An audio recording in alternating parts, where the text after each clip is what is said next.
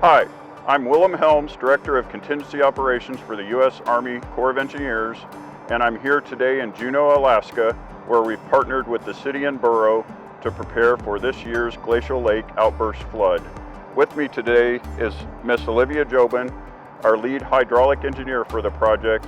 And Olivia, what is a GLOF and what is the situation we're faced with this year? So a GLOF, as Willem said, is a glacial lake outburst flood.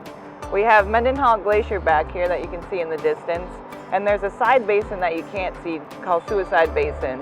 What happens is the glacier of Suicide Glacier has retreated out of that basin, and now it's a dammed glacial lake.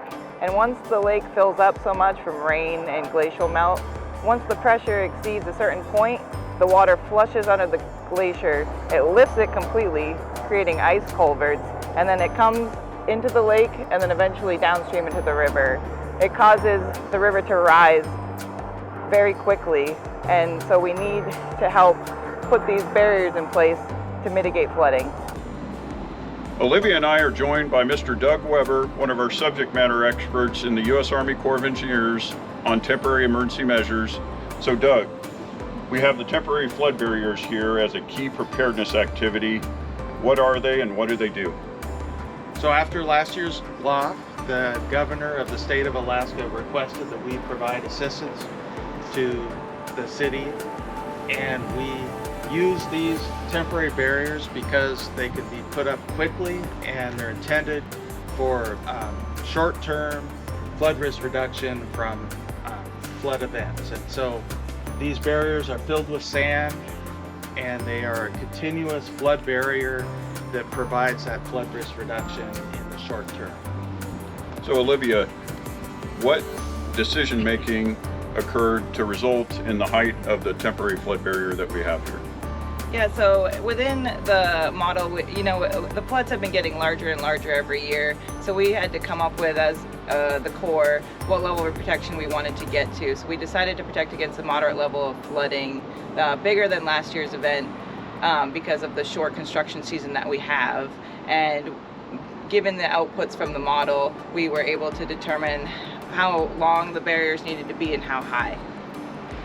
Olivia and Doug, we've observed temporary flood barriers throughout the project.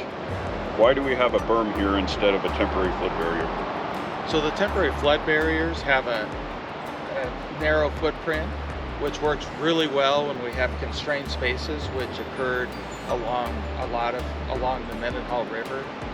This berm, we had additional space, and so we're able to use compacted fill that creates a very reliable flood protection during the GLOF events. And from the hydraulic modeling, we observed for these larger events that we were trying to protect against, that the water will back up at the bridge due to the natural constriction that is there, and it will follow low-lying areas through the forest that was originally here and eventually overtop the road and flood the valley from the backside of the barriers. So that helped us conclude that we need some form of a barrier here to mitigate the flooding.